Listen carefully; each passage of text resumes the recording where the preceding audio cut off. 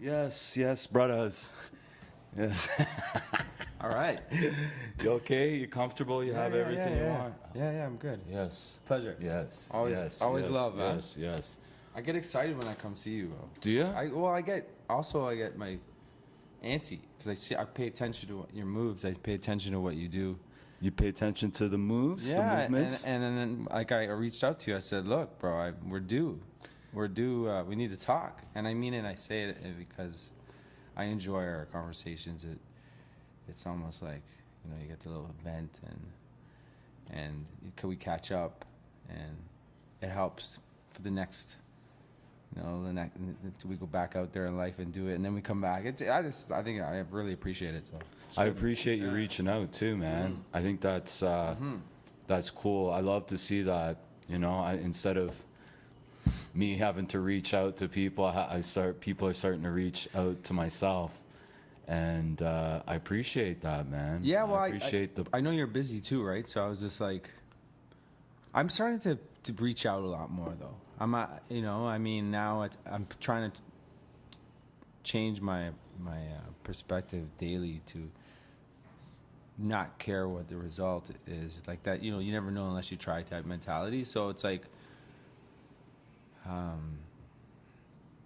yeah, we're on camera. New and improved, bro. We're on the camera, so we have to kind of play to the camera. So kind of sit, you can sit. Yeah. Do it.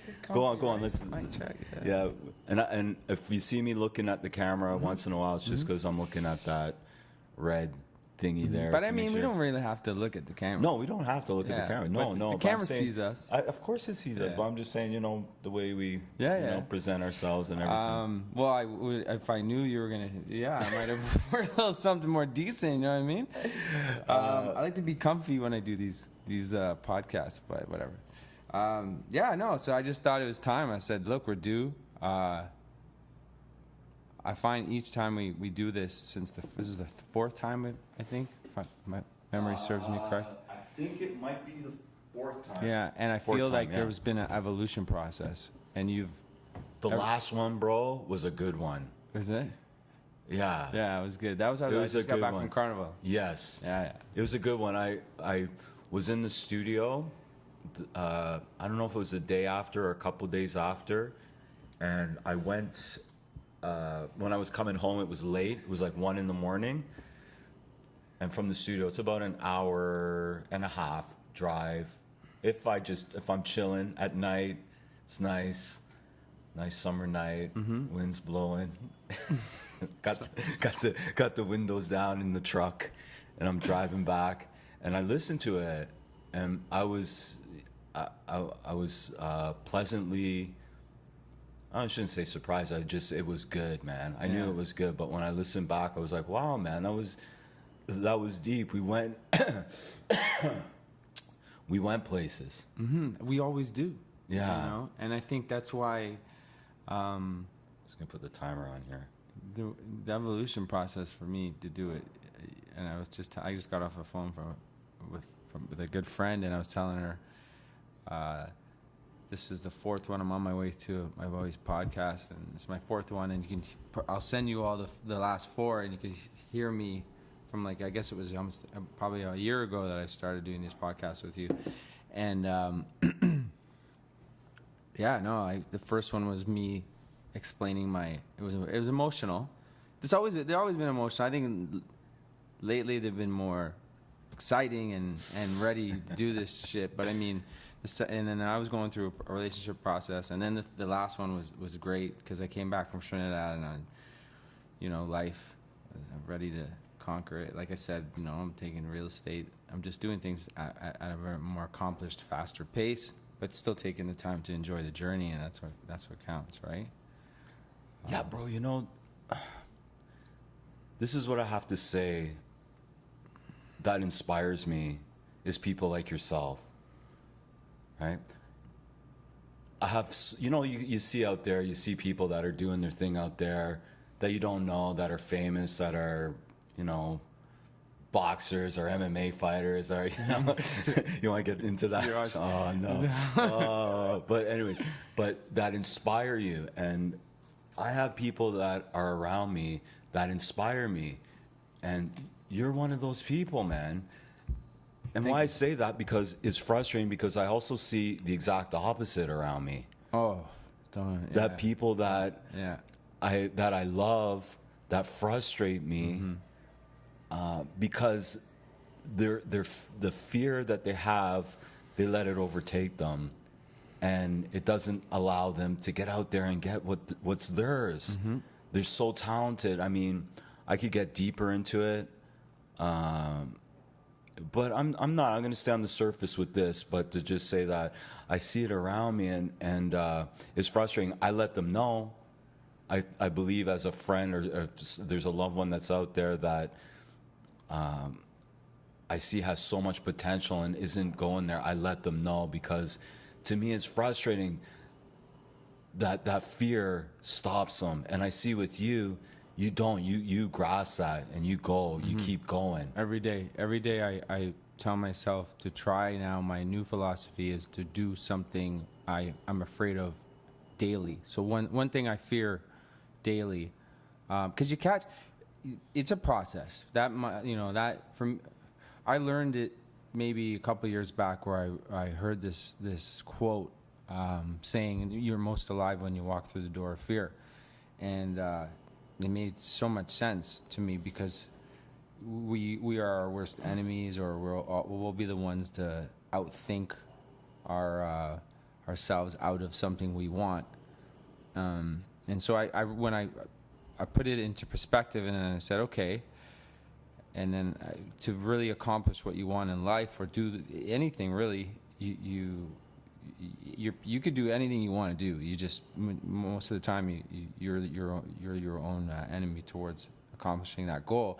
So I was just like, okay, I set that mind frame, and then I've conditioned my mind to this now, where it's taken time. Again, it doesn't happen overnight, but where I feed off it now. It's like I'm aware. I stop. I'm aware. I think about it, and then I go through it. And I think what's cool about it now is when you get to the pass through the door on the other side, it just astonishes you on how amazing the accomplishment is, about how easy it is to keep doing things or how gratifying it is. But you see, that's what stops people.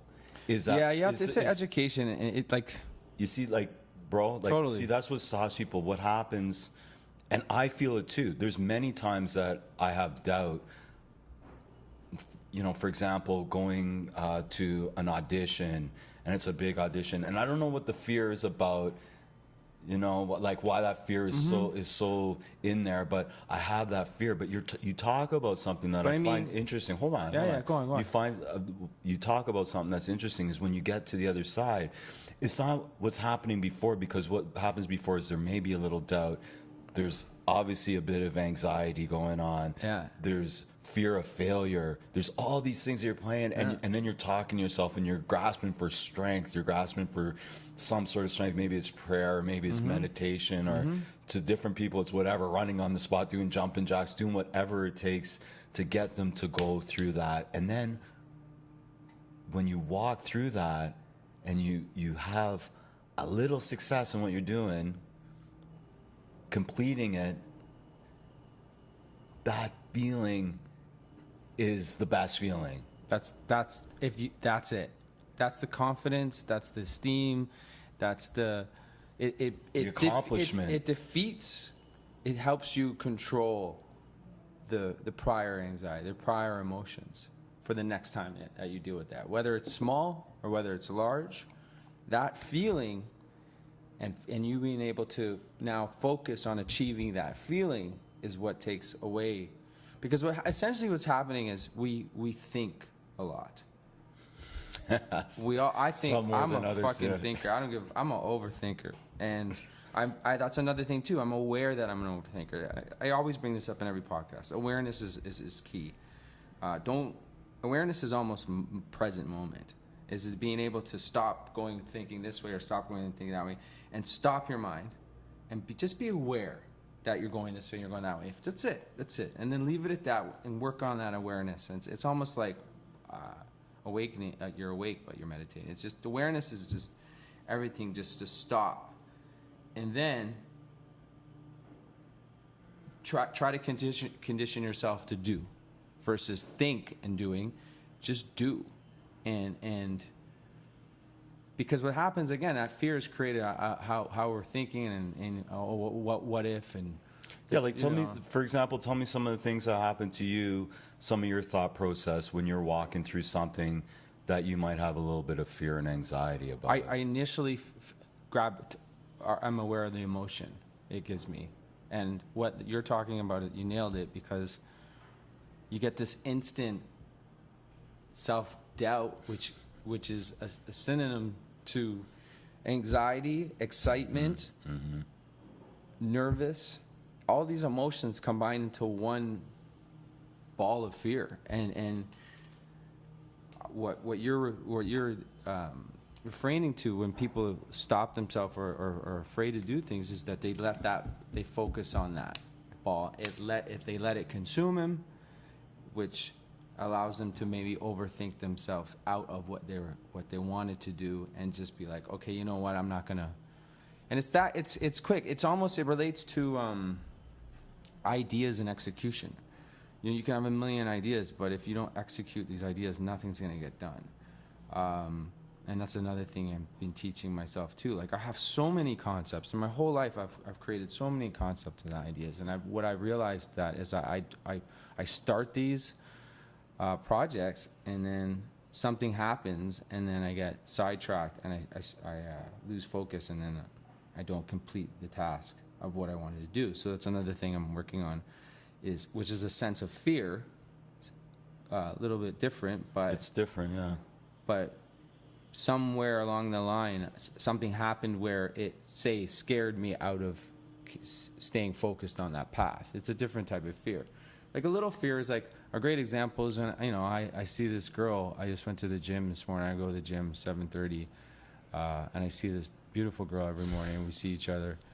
And we haven't even talked yet, but we see each other. And a great example is, like, as guys, you're nervous. I'm a shy guy.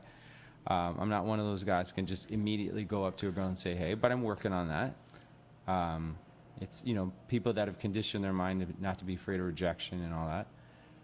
But I said to myself, you know what, tomorrow I envision myself going up and just starting a conversation with her. So that's a fear right there, because what's stopping me from going up and just saying hi? What's the worst that can happen? You get rejected. We get rejected all the time. Mm-hmm. You get rejected, and that's a great example of basically now being aware of the emotion of rejection and utilizing that as actually, and turning that into a positive. And they say if you can continue to do that, you can defeat that emotion of rejection, and it just becomes second nature. But then, who knows? Maybe you become a douche that way. But you don't give a shit. But I mean, yeah. Like, at the end of the day, I think. Well, it's all based around fear. Yeah. Everything is, though. This is one thing that I've come to realize simply, is that a lot of emotions, and I was talking to you about it before we turned on the podcast and started to record. I was talking about technology. Yesterday, bro, I went to Best Buy. My computer died, and we needed a new computer. I knew I had to do this today with you. We need a computer, right? Mm-hmm. So my computer died, and I need a computer.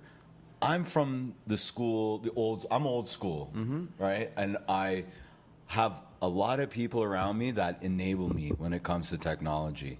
They enable me. They do shit for me. I was even talking to my wife last night about it. I have to go take a class. It's something that I have to do. But getting back to fear is, so I'm in the midst of, I'm thinking, okay, shit, man, I got you to do today, the podcast. I'm starting to film now. So I have that aspect of the podcast as well. So yesterday, I'm getting all this together. I'm at Best Buy. I'm dealing with them. In the midst of it, I'm going to because I'm going to Thailand. Wicked. Yeah, bro. You're going back. Yeah, I'm going back. Yeah, you're going back. You know what? And talk about fear again. Yeah. I know I'm all over the place. No. It's to do with fear. It's good. I'm at the doctors, and they're telling me about this and typhoid and all this, and they were saying about dengue, and they were also saying there's a mosquito now, a mosquito bite that you can get that can kill you. Yeah, I'm surprised. Right, and I forget what it is. Is there? I don't remember. There's a shot for it. It's okay. $400. What? Okay, and if you don't die, you could get neurological damage from it. Yeah. And I'm thinking, why the fuck am I going to this fucking place? I'll stay right here. Yeah. And you know, but there's many more places in the world to go to, but we now have to have the. Well, that's a different type of fear, though. That's like, but should that stop me from going and enjoying? You know, and it's probably so minute that shit can happen. And I want to get back to the technology, but I'm just saying that. You know what I mean? Like what my wife didn't. My wife was like, "Fuck that, I'm going." Yeah, I'd probably go. Yeah. I don't. You know, that's like that life or death fear. Like, would you jump out of a plane type shit? Yeah, my wife was explaining it to me because I'm a little bit neurotic. Yeah. I have a neurosis, trust me. Yeah. But I walk through all my neurosis. I do. You know, Yeah. I just do. Yeah. But I feel it. I really Yeah. feel it. For whatever reason, growing up, childhood, all that kind of thing, it plays into my neurosis. But I walk through it. But she's like, you know what? You probably got more of a chance to get killed when you're going in your car every day, your truck, or being on the subway right now. You got more of a chance to get killed. Like those are. She's probably right. And she's probably right. So it's amazing. Certain people how they have a certain way of looking at life. You know, and it's an innate ability. Mine is learnt, right? Right. So I don't know what that's all about. You know, life, growing up, bringing that shit onto this planet when we come into this planet. But the technology yesterday, so how did this affect me because of my angst and my fear towards it is that I'm still doing it though, bro? I'm still going about it. I'm still here sitting with you today and I'm recording and I'm doing it. But the fear, what happened with the fear because of technology is that I was anxious. I wasn't the best Greg that I could be. You know, and this is what happens. I walk through it, and I guess every time I walk through it, and I think that's what you were saying when we were talking before. You were walking through Of course, it. So you're already half. You know, a lot of people give. I think a lot of it too is what I've learned even driving. You know, I meditate, but I have to work on patience. That's like another quality I have to work on till the day I die. And I think with that, and there's areas, because I can relate as I find the older we become, the faster technology is becoming. And for us to keep up with going on, especially when we want to do shit like that, whenever I want to do my music, and, you know, that's almost intimidated me out from not doing it, because once you take a break for 2 to 3 months, 4 months, shit changes so fast that you're just like, you know, do I really want to go through this again? It's work. But I find with you, it's similar to me. It's also patience to actually take the time to, like you said, you maybe need a class to learn it and keep up to date. And if this is what you really want to do and you have a passion doing it and you love doing it, you'll make those sacrifices. That's another thing I've learned lately is like, and I haven't done a lot in life, is make sacrifices to actually get what I want to get, whether it's financial success, any type of physical success, any type of success. And I mean, you've passed it because we're doing it right now. So now you have to just feel like this is amazing. You know what I mean? You've did it.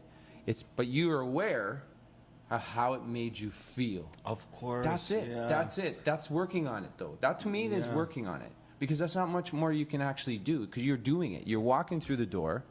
Yes, you're frustrated, and you actually have the ability to go back, which you shouldn't. Like, I'm a strong believer that the past is the past, but that's reflection. You're reflecting in the fact that you're going back. You see how it made you feel, what you did, and how you could have did better with your relation to whoever, and you're being aware, and that's it. That to me is exactly what I'm talking about. And being able to do that is a lot, is you know, more than a lot of people can do, period. And that, from being reflecting on that and seeing how that is the only thing you can do in order now to approach it, because you're conditioning yourself and creating the habit of walking through the door of fear, So you know now, next time you have to do something that's based on technology, you're going to go through it. You know that the fear is going to come and hit you because it's going to frustrate the fuck out of you. But now you're going to approach it in a different manner, can be a little bit more prepared to know that it might frustrate me. But you know what? I'm going to fucking, be and work on that space where it's like, okay, oh, I did it. Because not every experience we approach is going to be super negative. Maybe you're going to understand it next time, or you go to classes that. But I mean, I think like I take that what you did as inspiration, and it reminds me on the little things to do when it comes down to that stuff is just to be aware and not react. Because that's again, we talk about it every time we do a podcast, but that's just the ego, right? What's that? That's the ego reacting on your frustrations to just basically channel this negativity to people, and whoever's in my way first is going to get it. Well, yeah, but that could happen, right?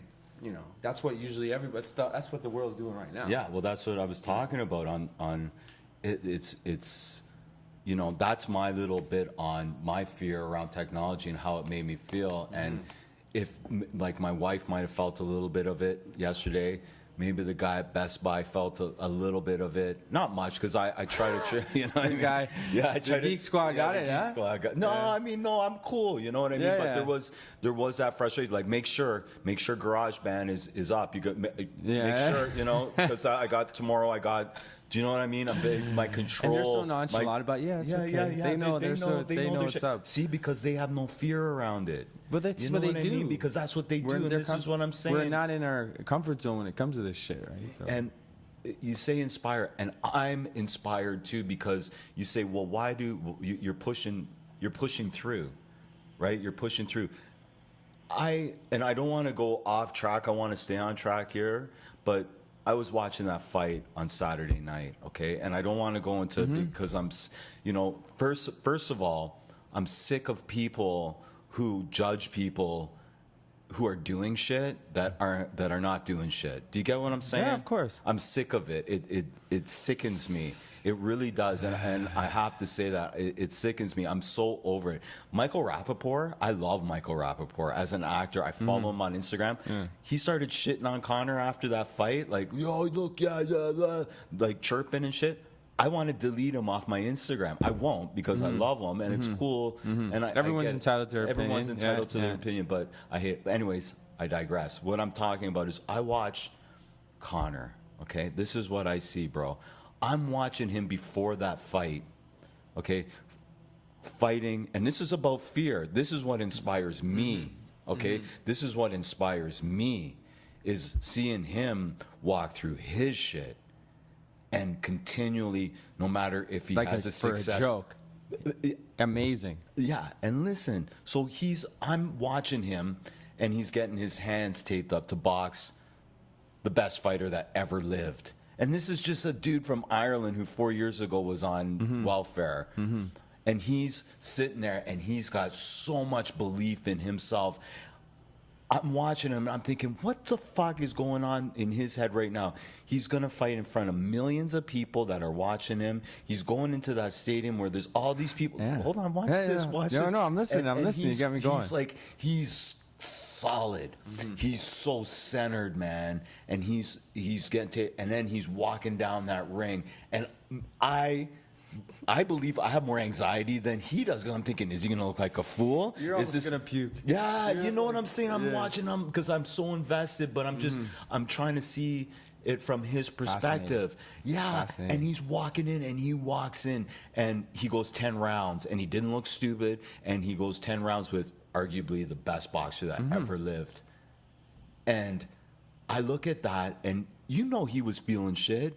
That, there's got to be something being stirred within inside him when he's walking in that ring. But I don't know, maybe there isn't. That's what inspires me, because if you're talking about putting yourself on the line to walk through your fear and continually walking through your fear, and look what happens when you do it. Yeah. No, Wow. Yeah. Wow. Thinking about his emotions, and what's fascinating is how he's able to control it. just like that. Yeah, I know what you're talking about, because he looked really, when he was saying that, his biggest compliment was that Mayweather was composed. But what you're talking about is what I was watching Conor, how, he's a loud mouth, he's this, that, but from him walking into the ring, he was silent, he was very zoned, focused, and centered to control like the amount of emotion. I would walk 2 steps, I'm sorry. Yeah, I'd shake but a I mean, little bit. I think, I don't want to say he has a gift. I don't know him enough to say, but that's a great example that I don't even really think he thinks of the outcome.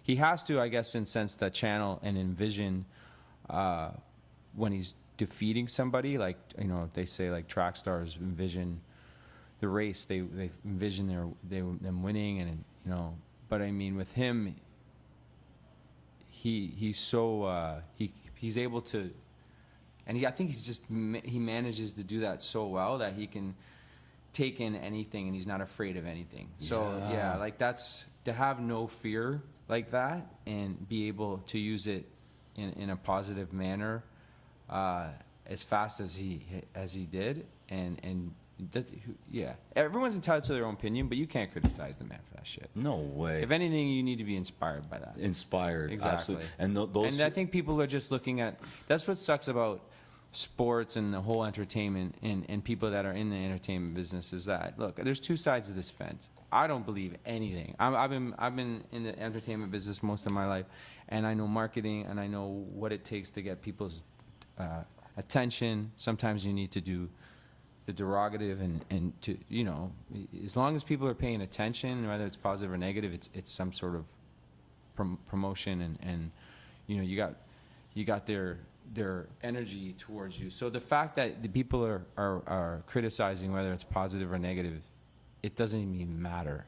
No. What saddens me is that they're using their energy and talking about the overall entertainment value or who won, and again, that's ego. What you're talking about is soul, spirit, and that's what pisses me off about how people look at things and that. But again, that doesn't piss me off to the point where I'm going to lose any sleep over it. No.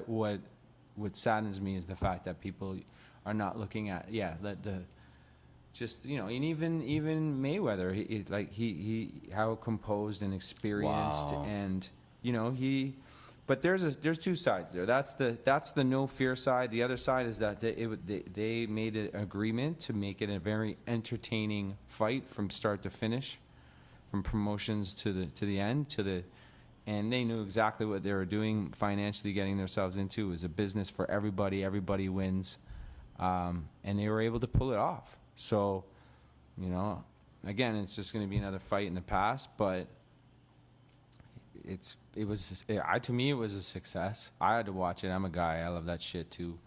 But yeah, I like looking at the fact that how he's able to do, and he has a great personality, man. Like, I'll never forget that time where he won one fight, and he's like, I just want to say sorry to absolutely fucking nobody. He goes, where's my belt? Because that's what yeah. So like, that side of him is he's an entertainer. Yeah, he's an entertainer, no and doubt. He has a strong spirit. Yeah, and I think, and he knows to separate it. He knows what he's doing. Beyond that, I think he's probably a very his personality. Probably people can gravitate towards someone that he seems like when he's with people and he meets people, people. He's a genuine, respectful dude. Yeah. So, yeah, man, good for him. Good for entertainment. But I mean, yeah, it's definitely. But I mean, beyond this technology shit, for sure. Yeah. You're doing it.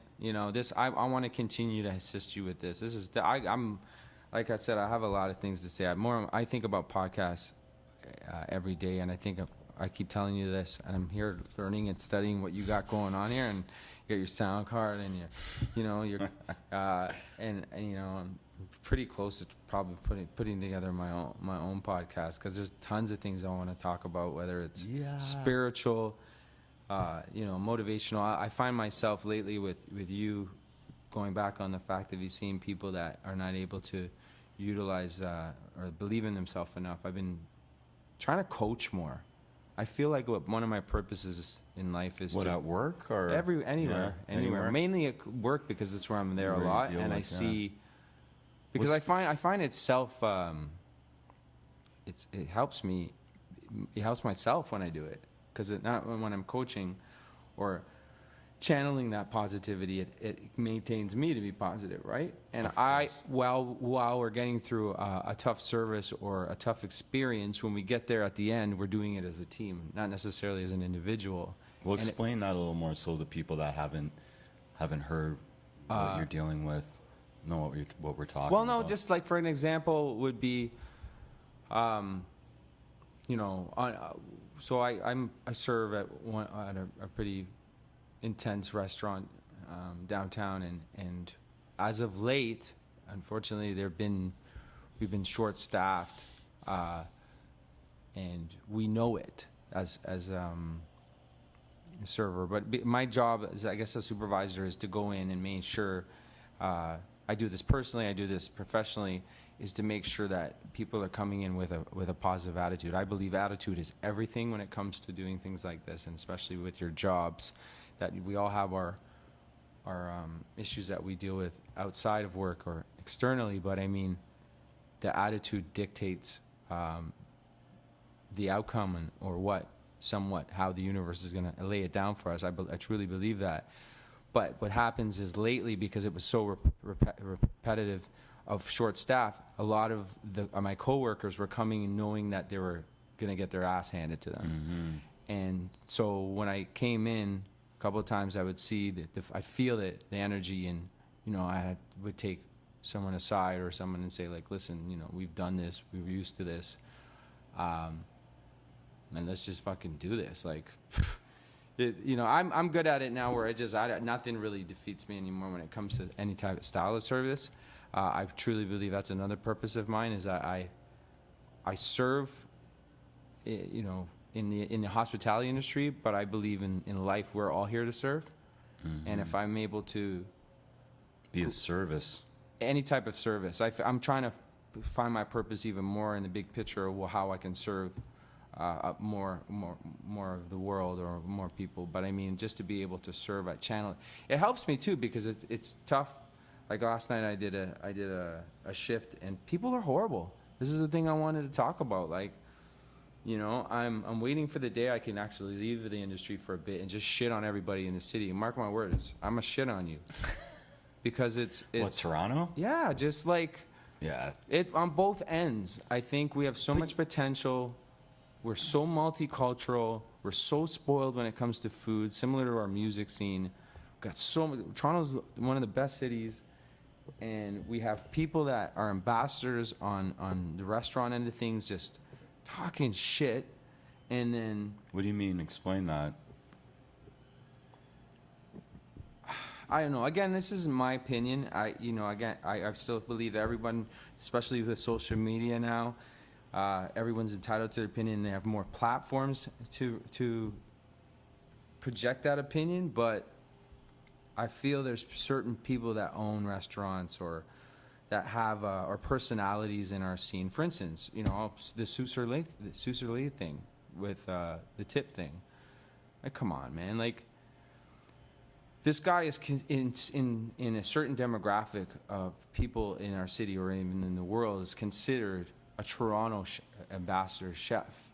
He's helped put us on the map. So I respect him for that.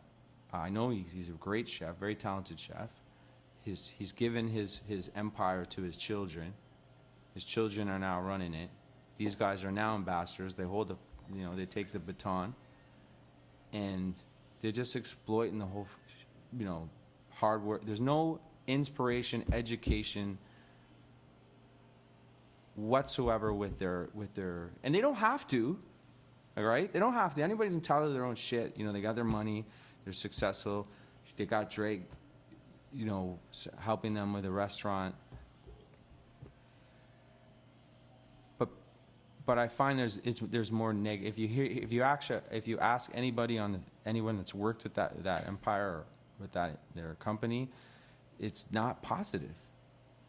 And you know what? That's a one-off, right? Like, I mean, maybe Well, it's an example. It's not necessarily a one-off. Yeah. I think I've worked with people that had no clue what they're doing when it comes to, I've learned as a manager or supervisor, or like the three things that makes me happy when I'm leading my team into battle is three things.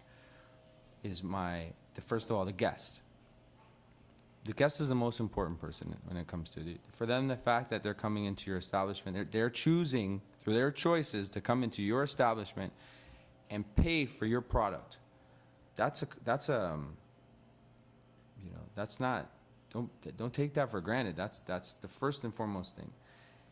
So it's essential and imperative that we make an effort or our best ability to make sure they leave with a smile on their face, and that's like number one. Number two is your employees. They come in, yes. Well, I'm saying they got to be positive. Well, what's our responsibility to give them an environment that's positive? Like I look at it where it's I want to create an environment and an atmosphere where they leave with like they got something from it. Watch this. You hit it right there. Mm-hmm. Create an environment. Mm-hmm. Now, an inspirational environment. Yeah, like. Plus, to have yourself surrounded with the people that are on that same page. Now, this is where the problem comes sometimes, right? Is navigating those waters. And I look at it personally with what I'm dealing with as far as getting things going that I have going. And I'm starting to put the team together, I'm starting to get those people that are on that same page, and I'm not talking about my restaurant because I own a restaurant. I'm not talking about my restaurant. I'm not talking about the restaurant. I'm talking about other aspects of my life that I'm dealing with. I got this big project coming up. I didn't even tell you sorry to cut you off. I did a extra thing just maybe a month ago. I got hired to be an extra, and I was like a cop, and we were driving like actually cop cars and shit. Yeah, I saw that. Yeah. And I was like, cool. I really felt the taste of what it was like, and I loved acting or drama, I guess, but when I was a kid. But I mean, I was like, I should pursue this. I like this. This is kind of cool. Anyway, go on. Continue. Yeah. So I'm putting my team together, and I've had. With other projects that I've dealt with, I've had a team, and here we're going to get back to fear again and comfort zone, because I believe a lot of times we fall into that comfort zone where something is working for a while, but it's not as good as it can be. And I wanted to relate to what you're talking about, right? And to navigate these waters and how we navigate these waters. And I was so used to dealing with what I was dealing with before that I was struggling to move forward. I was struggling because it was getting out of my comfort zone and doing what I had to do. But then there's these people that are right there, that are willing to soldier for you. They're willing to go the distance for you, and they're showing you. And then the other people that you've dealt with before, they don't have that same mentality. And I don't know if this is business. I guess it's a bit of business and it's a bit of life, but I start to bring these people in that are ready to soldier for me, that are ready to go the distance for me. And what ends up happening is I make that move. I say, okay, you know what? I'm done with this part of my life. I'm moving forward. I'm scared, but I'm going to give this person an opportunity who's right there, who's ready to go into the trenches, who's ready to do what they have to do to make this shit happen. And so I start doing that, and I bring this guy in, and I say, well, yeah, this is cool. obviously I'm like, oh no, I can't do that because I'm so used to this being in my life and this working out a certain way. What happens if I take that? Then I'm out on my own. But then once you do that and you make that move, things start coming together even better. You know, I'll tell you Because something. you're talking about the risk. The risk. I'll tell you something. I'm going to just say it. I was dealing with this production company. Okay? And great, I'm not going to mention who it is or anything like that. Great company. I wish the best for them. They want to do this movie that I wrote with me. Okay? They want to do it. We sat down. I should have probably got it in writing. I didn't. But cool. We talked about it. It was a go ahead. They're going to give money. And I'm like, wow, okay, cool. I wrote something, you know, and they kept on saying certain things like, okay, this is what we want. This is what we want. I'll get back to you. This is what I want. And I kept playing that game with them for a long time. And in myself, I was a little bit nervous, obviously, to lose this link, to lose this contact, because it was a big, it's a big thing.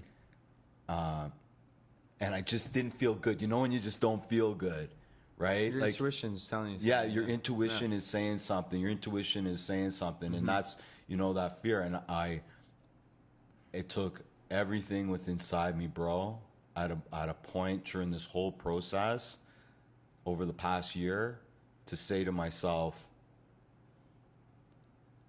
I can't do this with these people. That's big, though, bro. You listened to it. It was I a listened to it, process. and I sent out an email. Yeah.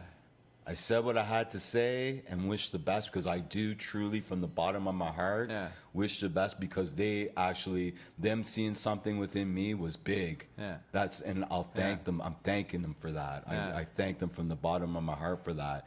But it's time to move forward. And when I took that step to move forward, other things fell into place to make it happen. Absolutely. That's risk. That's another thing too, is being able to identify that risks, especially nowadays. But that's what I'm saying, the comfort, right? And it's like, do we have the right people around us sometimes? Are we settling? What is the, you know, what is the difference of being of service and then being taken advantage of, right? I'm not saying that's what I'm talking about with No, that but I mean, aspect, these or are what great I'm talking points. I think this, you know, everybody's gonna try to take it. You know, you even have to take a little bit of advantage of other people. Like when I was a promoter back in the day, I used to tell people straight up. I was like, look, I'm if you want to work with me, I'm gonna take advantage of you. But I'm the guy that knows everybody and can get in free to the clubs. So if you get on board, you should be taking advantage of me, and I'm fine with that. And I get it right out in the open, because you can't say shit to me after. It's like a relationship, you know. I'm not here to commit, so I might be out. So you get that out of the way. But I mean, I think with progress, I'm proud that you do. This is so exciting. I'm proud. I love hearing that you're doing all this. You know, I think we're both in a great position right now, because we're able to utilize these conversations to talk about fear, and that's awareness.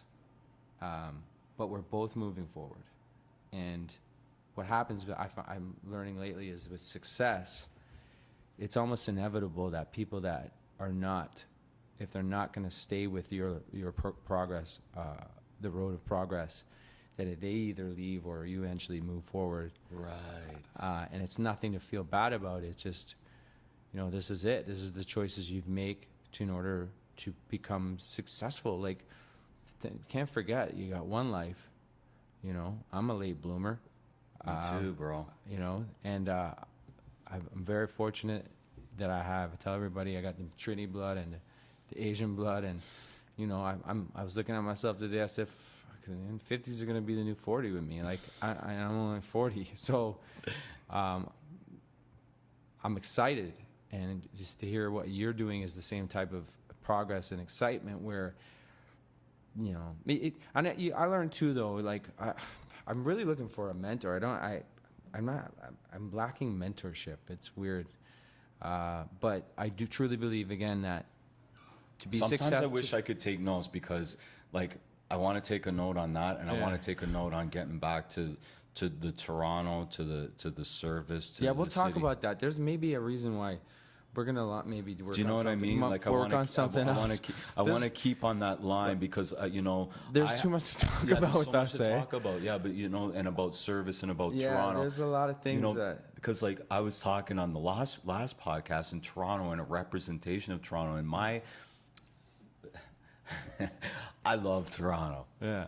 But I hate Toronto too. Yeah. You know, and I shouldn't say it's like I gotta love hate. I'm from here. Yeah. I'm from here. Yeah. Right. So like I'm allowed to say that. I'm allowed to. I believe I'm allowed to say that. But why do you hate it? Don't say something like traffic. Okay. Well, yeah, traffic. Overpopulation. Overpopulation. Sometimes people. Yeah. Well, of course, you know but what I mean? those sometimes people say, "Hey, where are you from?" I say Scarborough. You know, because I don't, and I'm not. But I love Toronto, and I love the food, and I love, you know, multicultural, like, you know, our multiculturalism. I love it.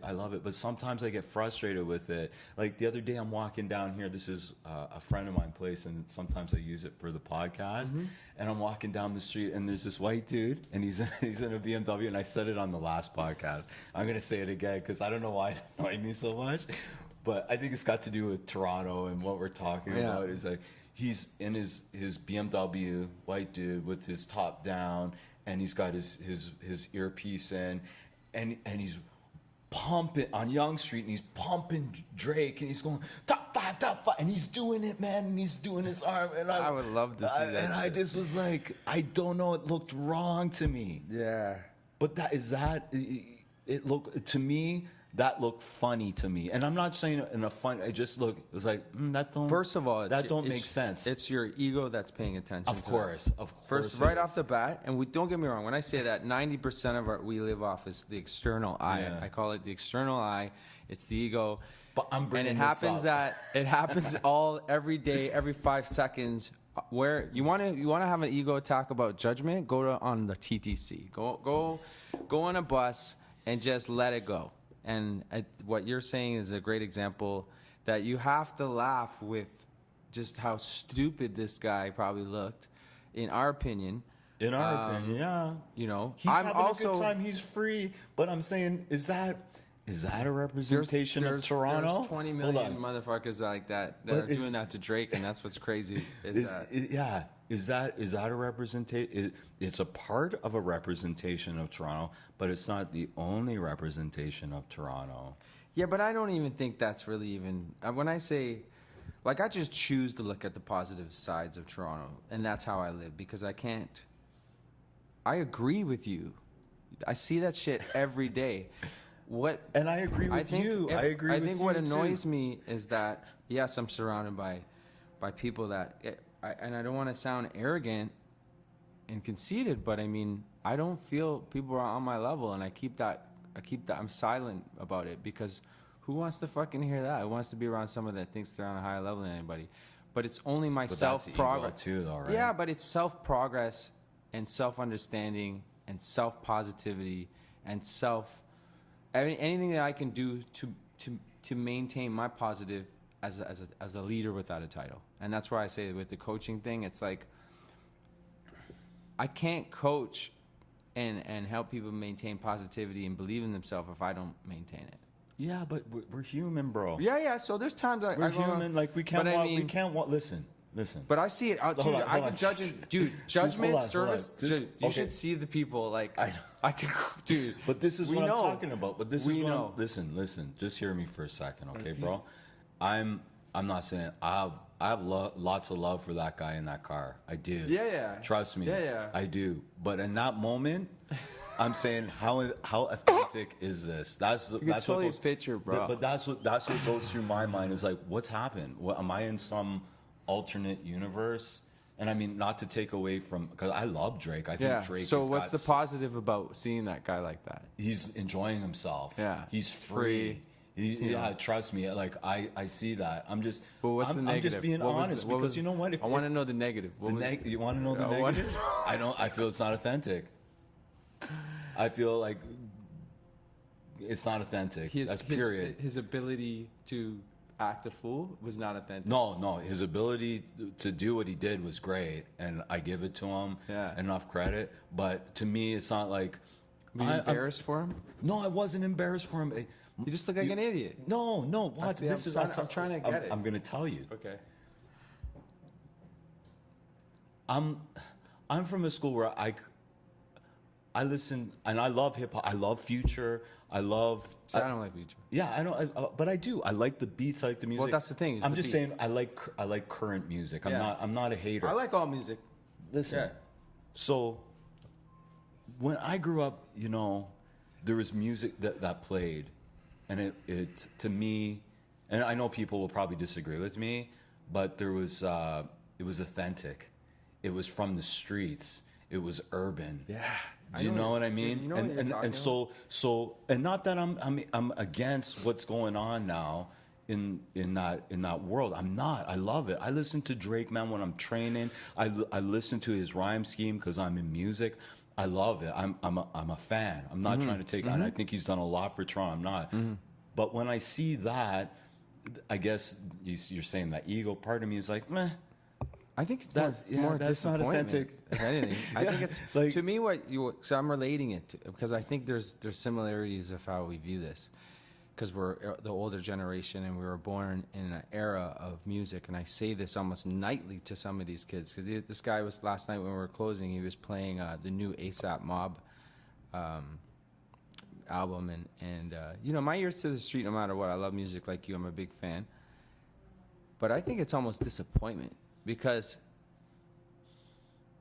the music that these people are getting so excited over is not what it was when we were excited. And I think what disappoints me is that these artists are coming out, with this it's so, hey man, it's art, so good for them. Sure, yeah. But I mean, come on, like.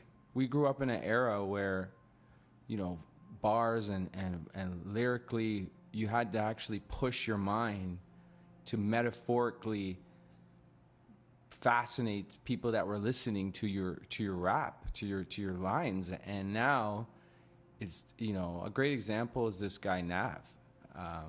Music's music. Like one thing I said recently was, if you took away all those beats, from Future to Lil Uzi, to all these new cats that are running the billboards, it took away the beats and let them just rap and sing or do whatever. I want to see your reaction and see how interested you would be if you just heard their vocals. Because I can guarantee you, when Nas was coming out with Illmatic, and you took the beat, what made that album, yes, was the beats were spectacular. His bars were spectacular, but if you listen to the way he put down his lyrics, would probably be more.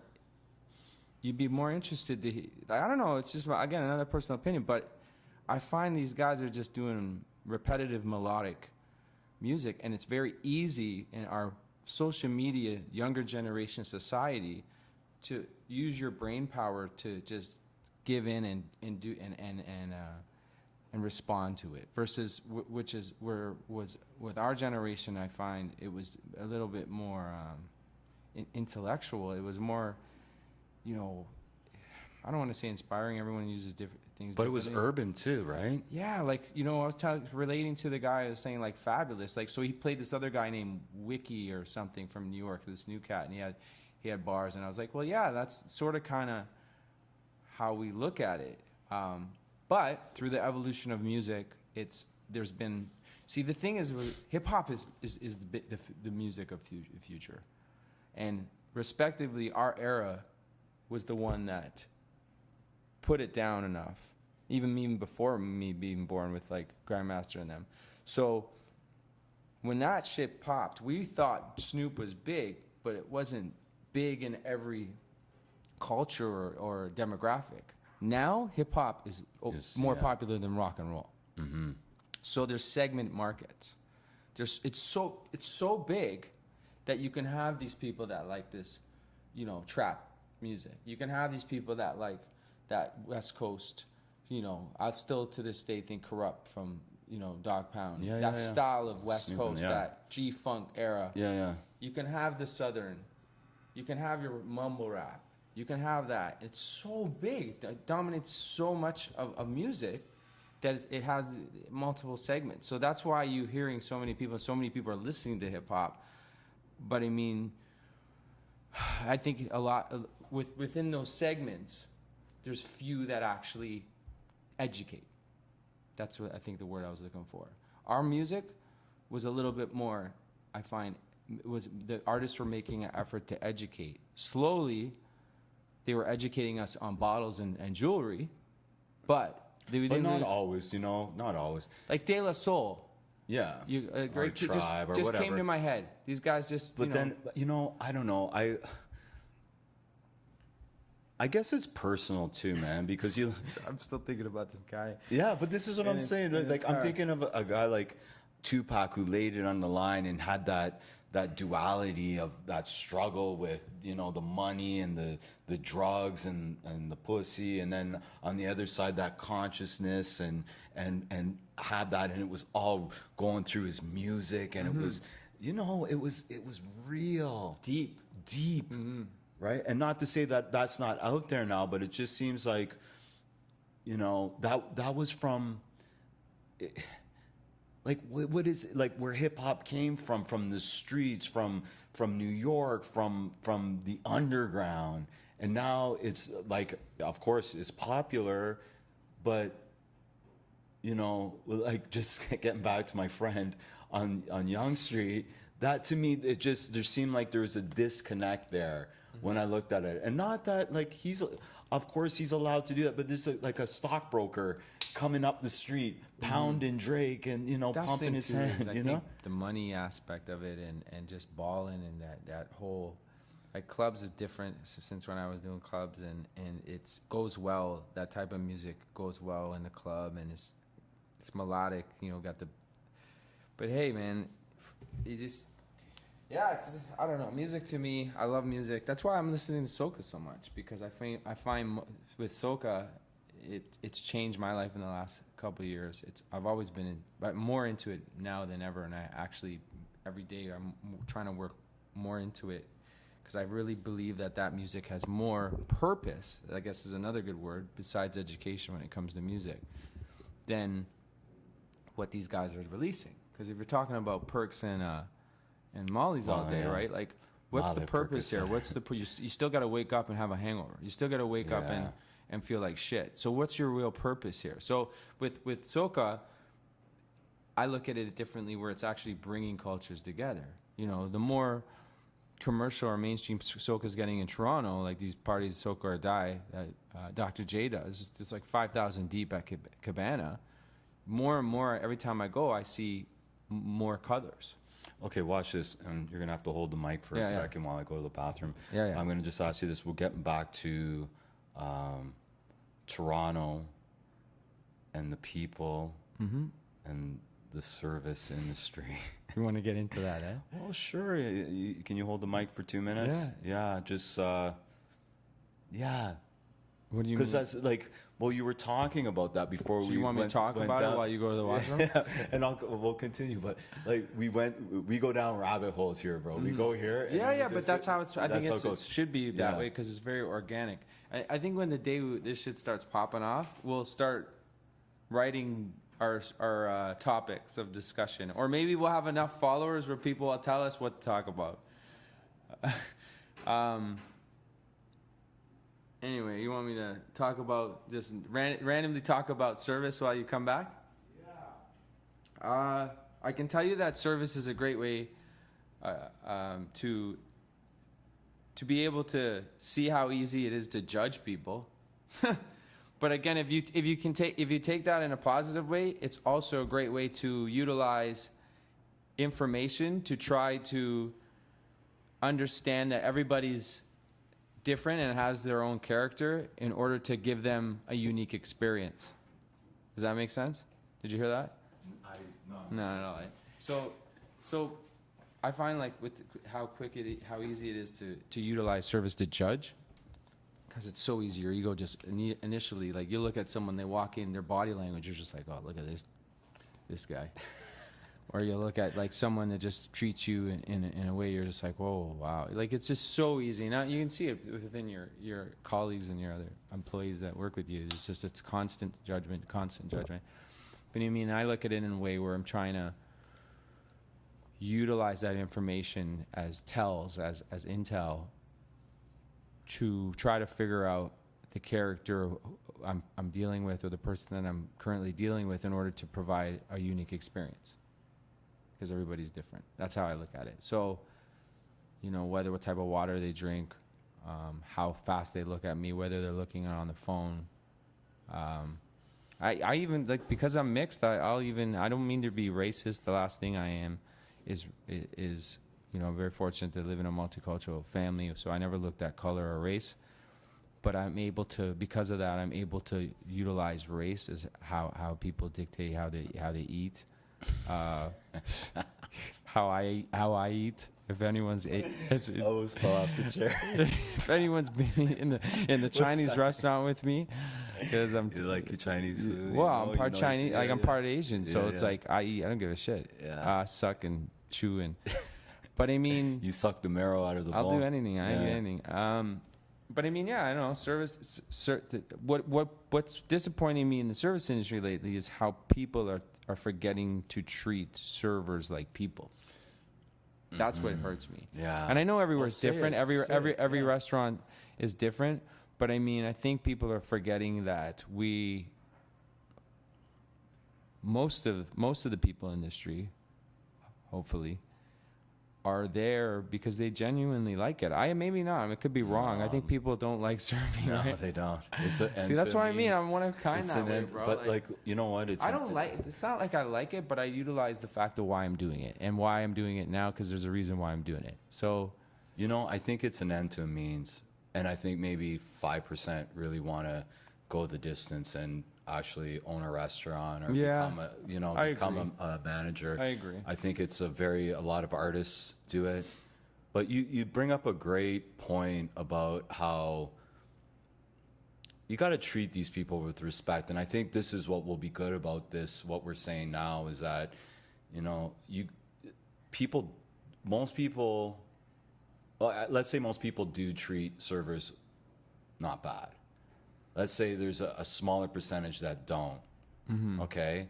And I think we should bring attention to those people who don't and let them know these are people that you're dealing with, right? Well, you said it right there, the respect thing. It's like we're taught you're going to get treated the way you treat people, or the way you're going to get respect back is if you respect someone. Well, we don't have a choice. We're in the service business. So when we approach you, we're coming in a very positive, graceful, respectful way. But the initial reaction on the receiving end of that is the opposite. Yeah. And that's sort of kind of so whatever people are going through at that time, they choose not to exchange or reciprocate. Reciprocate. Yeah. That respect energy. And then it just goes downhill where if you do something that's not to their liking or do something that's not the way they want it, or we can't give it to you. And in true service and true hospitality, our job is to try to give you anything. You know, there's no such thing as no. It's like I've learned from the Farracuda days is that, you know, the answer is yes. Now what's the question? Do you remember that one? Anyway, so... Remember that shit? No, not really. But that makes sense. It makes sense, though. Anyway, I'll never forget that. We went to that manager seminar. I think you were there. No. Anyway, so I don't know. I just feel like it's disappointing in a sense to see how people are now. You know, if there is a great service industry, there's people out there doing their best to work in it, and they're not getting any. They're just getting their energy sucked. Like last night, I dealt with so many difficult people that by the end of it, I was depleted because I'm the type of person that gives Take it on. I give you my energy because I want to connect with you in order for you to have a great experience, and that's how I roll. But what happens is when people take too much of it and you don't keep any for yourself, by the end of it, you're just depleted, and that's sort of. You know what I believe happens sometimes is that these people who come in,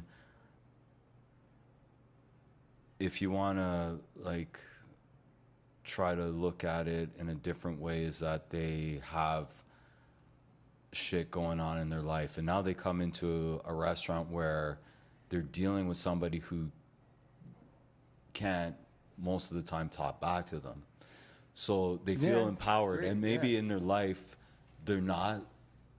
We've submitted. Yeah. So yeah, and maybe in life they're dealing with a husband who doesn't treat them well, or a wife who doesn't treat them Absolutely. well, or work That's basically it. work that's Yeah. they're constantly at work getting shit on by their Yeah. boss every single Yeah. day. So they're like, you know what, this is my time, and they can't see beyond that. So they say, you know what, my life is shit. So for now, at least I got the next half an hour to be the boss, and that's where they could be the boss. Mm-hmm. But that's it. That's what is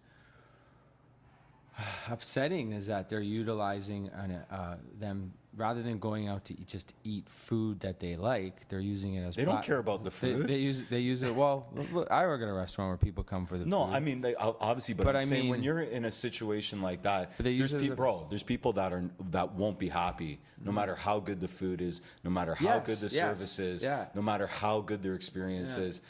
They're just having a shit day. They've been shit on, so it's their time to shit on you. And unfortunately, it's the servers who have to pay for that. Well, it's part of the job too. Yeah. In a sense, we're used to it. Like last night, an example was this guy. Just two gentlemen came in, and one of our things is we ask what type of water. Right when you sit down, we ask you what type of water we can provide you. And the guy looked at me. He had a beer already. I guess he bought it from the bar downstairs, and he had a beer on him. And he's like, "Oh, I don't want any water. I got a beer." And I was Just like that. yeah, and his Yeah. buddy goes, I go, okay, sure. I said, sure. Looked at his buddy and said, what type of water? Would you like some water? So he said, yeah, of course. Yeah, give me some water. And he looked at his buddy. He's like, why you got to be such a dick? It's just Yeah, water. cool. Yeah. You know?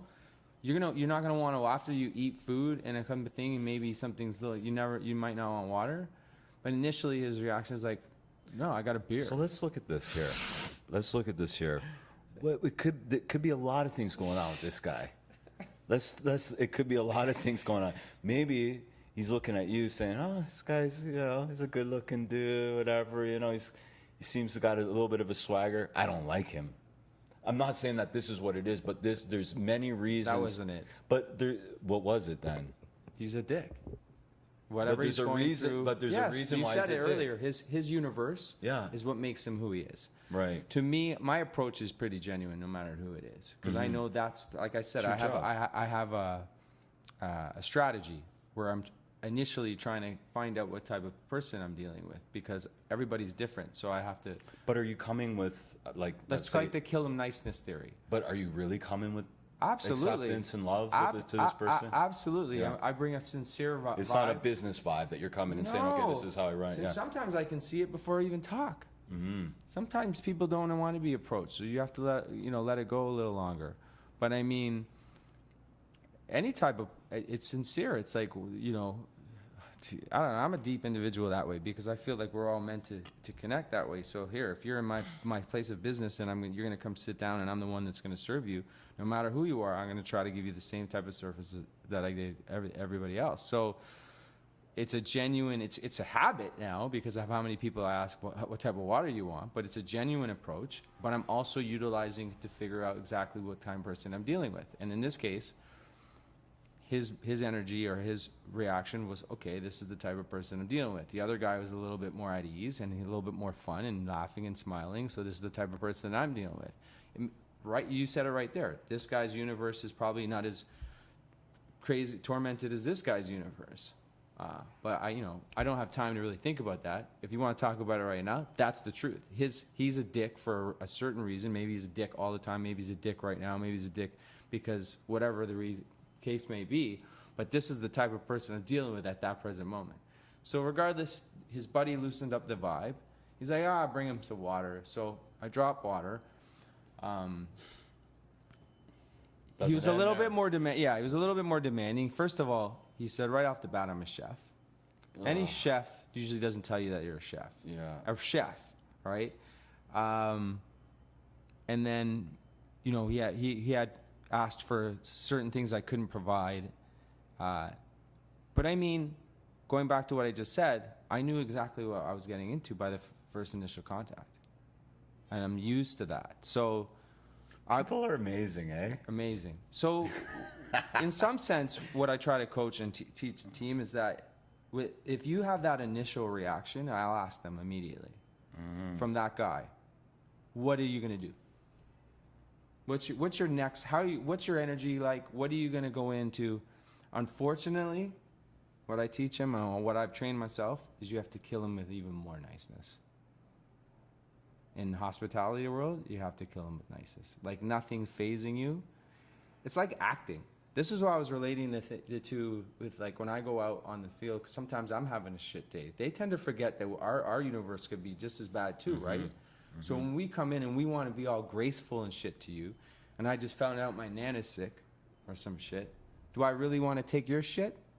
So we have to put on this persona and act to make sure your world is always good. But you don't know a shit about my world. But I'm going to still reach deep inside and give you all I got and kill you with niceness because that's my job, right? And it's how I view it personally. Is that authentic though? What do you mean? Like, if you're acting, is that authentic to that person? Like, you know, I think like, you know what I noticed too, bro, Yeah, is yeah. that like It's a great question. Sometimes when I'm dealing with people and maybe they're having a bad day, if I need another water. yeah. If do you want coffee? No. I'm good. If I'm truthful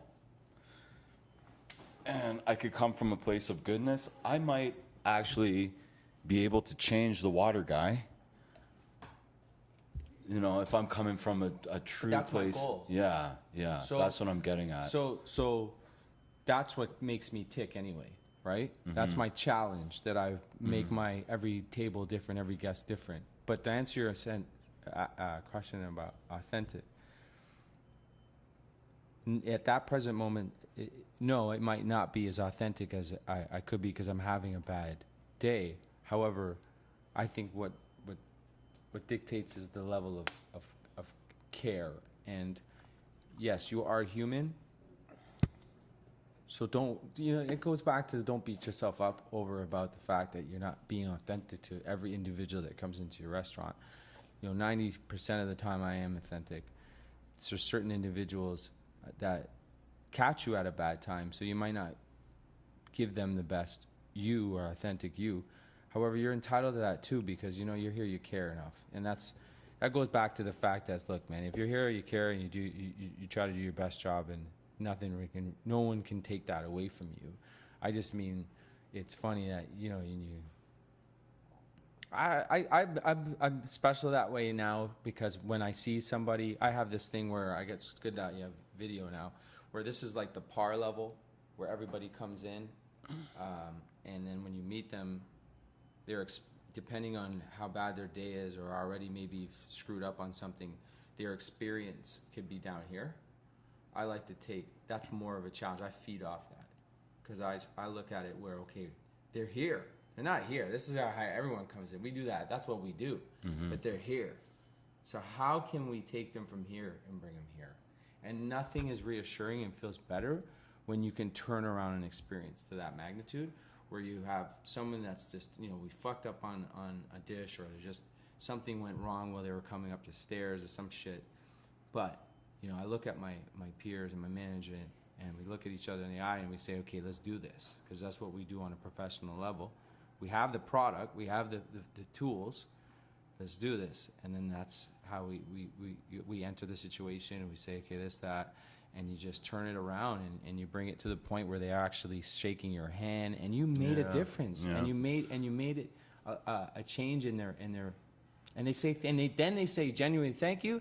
And not only that, you've made a difference personally, but you potentially made a recurring customer. It's like, a regular guest. Like and that's the science of service, though, but right? we can even relate that to life too. What we bring to life, right? Yeah, it goes back to everything. Yeah, because it's like when I like to be And I can't always be, but I like to be the person that comes into the room that brings positivity to the room. You know, there's the other day this shit happened. I wanted to talk about this a little bit with you. I want to tell you this. Time do we have? We got time. Time You got goes as much by time with as us, you want. eh? Yeah. I know. I like to Yeah, learn we're- learning more. Okay, so we'll end this soon. It's been over an this hour, is- hour and 11 minutes. Really? So the other day, I don't want to tell you this story. It's something that I was thinking about. The other day, we own a restaurant, and I love it. yeah, I love and it that we can relate on. yeah, and a good friend of mine, she owns a restaurant just up the road from us.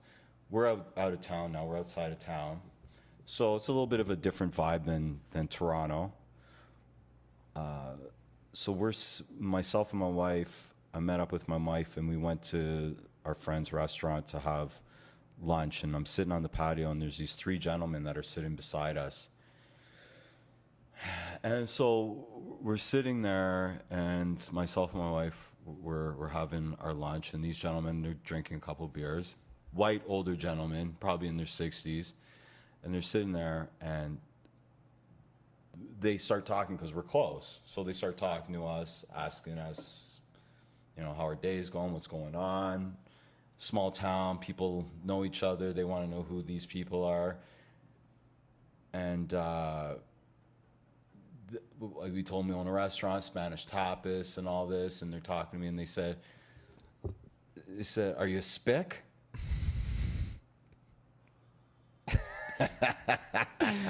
Which I can see probably like a little.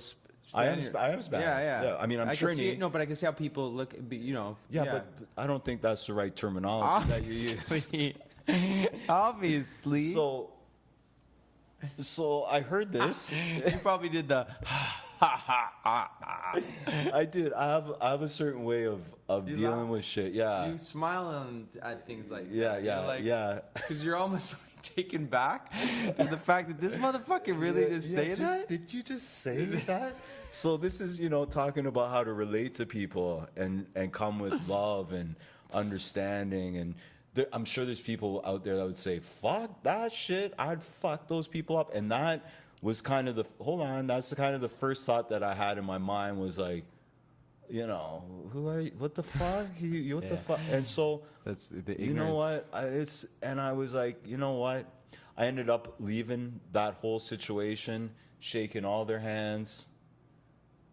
You know, they're not going to change for me doing whatever I do to them that day or whatever I say or however I deal with it. But I chose to deal with it in a just accepting way. And I know that shit is unacceptable. Trust me. Oh yeah. It's unacceptable. But for that moment, I'm not there to teach them a lesson. You know what I mean? The way that I dealt with them, they understood that, you know what? I probably shouldn't have said that, because I have a way of just looking at them and showing them that. And you did the right thing. Yeah, don't say that. You laughed, you brushed it off, and you continued with your service. But Yeah. like. But I thought that was hilarious, right? I mean, it's not hilarious, but I just thought, what the fuck, right? Like, but that's there. That happened to me too. Yeah. At my restaurant, where there was a group of people eating, and one of the guys dropped the N-word, and he was Asian. He wasn't even. Yeah. They're American. Yeah. And but I mean, everybody at the table, like it became to the point where everybody was doing their thing, and he just said it, and it was the fork dropped, everything. It was just like everyone stopped at the table and like everyone looked over and went, What the fuck? "Dude, did you just?" Yeah. And where I was like standing there, right, like taken back by it too, and I was just like, "Did this guy just say what I said?" It's lately with all this racial stuff going on in the States, and it's fascinates me that we've been through there's so much progress with unification of culture and love and you know all that, and then to see what that happened, I think what hurts us more is it's 2017. You still have a group of people that think that way, where they don't give a shit. It's ignorance. What you did well is that you didn't play your ignorance on ignorance, and I think that feeds into the hate, right? And that's what happened a little bit Well, I was in the asked. States. Yeah, well, I was asked this question last podcast with Steph, and he said, "What do you do towards that?" Right? And I want to try to help that too. Like I've been thinking lately. Sorry, and cut you off. Because I'm in this. We're in different unique situations. You know, I'm able to be on. Luckily, I don't see color and race, and I can be on both sides of the fence. Because I'll go into Trinidad, and I'll be the only white guy in a FET, and I don't look at myself in color. And some No, people are me probably neither. looking at me as a minority or hate Sure. too. So it's a different. But I mean, I just do it based on the fact that it's love. But yeah, it disturbs me that we still are dealing with it nowadays. There's bigger issues in this world. And it broke my heart to see what's going on. And I know it still exists in Toronto. I too have there's more education and more, I need to be aware about it more, I think, as an individual, because I know it's more around me and I'm not really seeing, and that's just the way I've been raised. But yeah, it broke my heart, and I don't know what to really do. I know it's hate. I think it's a mentality, perhaps that's been extended from watch a certain. Watch this. Simply, and I'll always say it. I have to look at things really simple. For myself, I have to look at things really simple. We got to think. I think it's a minority. It's not a majority. It's a minority. These people. Nowadays, hopefully, yes. Yeah, I believe so. And if somebody's coming at me and I come back at them and I'm physical or I get aggressive, at the end of the day, that's not helping anything. It's not helping me. It's not helping them. You know, but if I could come with some sort of love, I think things can change. Yes, I agree. And I think a lot of time people think you have to come with the fist, right? Which I don't necessarily agree. Just because simply, like I said, to keep it simple, personally, when I come with the fist, it's never good. But when I come, like, for example, with those three men, I showed them that you can't say that shit. They're out of line. You're out of line. Out of line. But if I would have went and knocked out three old men, would that have been good for anybody? Right. Would that have been good for the situation? Would that have been good? I think there's a different group of people that get angrier that we don't understand yet. This is what I'm noticing is that are like you said, they're angrier. There's like us that just don't agree with racism. There's a lot of people like that, which is great, and those are the people that are trying to keep that a love, you know, the unity together. But I think there's a group of people on the other end that it instantly angers them, and that emotion is so great because of their past, of what they dealt with. That's, you know, It is. and speaking to the black community in a sense that when they see something, how our anger is one thing, but it angers them hundredfold. And I think it's easy to create an emotion to react in a negative way, right? And you know what? It's different here. I was just in Vegas. I was just there for my birthday. I was just there, and I noticed there's a difference. Oh, anytime There's I go in the States, bro. Yeah, it's a big difference, right? Yeah. And I was in, I bought some shoes. I went to buy some shoes. I was in the store, and, you know, this black dude, he owned the place. And I could see, you know, obviously my appearance is white. I could see it, but I'm mixed, you know. And I could see that, that he was standoffish with me when I came in with my wife. He was standoff, and not in a rude way or anything, but it's just like, you know, I'm in Toronto. I see, you know, we're all, you know, we're all cool. Lovely place to live. Yeah, it's cool. But when I was there, but then, and obviously the reason for him to be standoffish, but when I started speaking to him and I was just cool, he lightened up. But there was that barrier there to begin with, because and not like a rude barrier. You mean he wasn't scared? No, not scared. Just impartial. You know what I mean? Just and not rude at all. I'm not trying to say that he was rude, but there's a difference there. But once he saw that I was, you know, a nice guy and cool, and you know, I don't know what happens out there. It's different in the States than it is here. Even though there's underlying racism here, no doubt about it. You know, I just told you about some of it, right? But it's interesting because it's different. I don't know, man. It's I believe if we shine light on fuckery, you know, to put it simply, to shine light on fucking shit that's dumb, it's not good. It's not good. I think sometimes it's like, I think if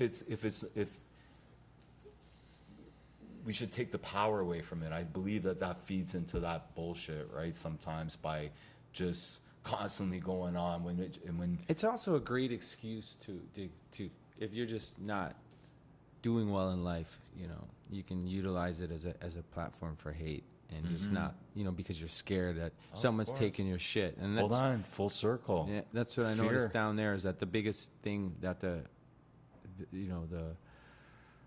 white people that were pissed off is that they're afraid that their land is getting consumed by everybody else but white. But I mean, fear, bro. You're looking at all the negatives when, yeah, they're afraid, and you're not looking at what the positive is of why this is happening and what the benefits are, you know. And I guess that's a mind frame. You know, I don't understand. I don't want to say that it's easy just to think like you and I, and to let that go, because some people take that a little bit more personally and sacred because of their parents, ancestors, and shit like that. So like, that's what I mean. It's a tough one, man. And I think it's just, but it's like you said, it's simple. I think it's based on love. I think it's based on the fact that we all have, well, in one life, as far as it could be something else after, but I mean, and we're here to do our best job to you know, just to be that person of love, and I don't know, because it would be shitty to die hating, and I think it's, you know, it's then again, and let's kind of bring it to the end here, is that I think comes full circle, right? Fear makes people react in crazy ways.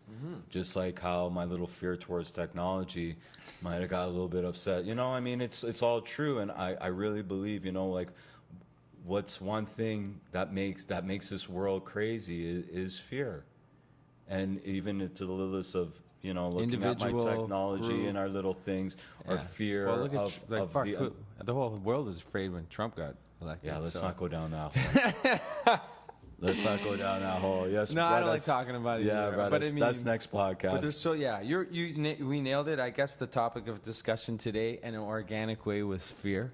I like to talk about it. You know, I'm gonna go back out there in the world and remember what we talk about, and again try to accomplish like I said, you just use it as a little project. Like, when you're walking through the door of fear, you're most alive. Just look at the outcomes, what happens. And I'm talking little things.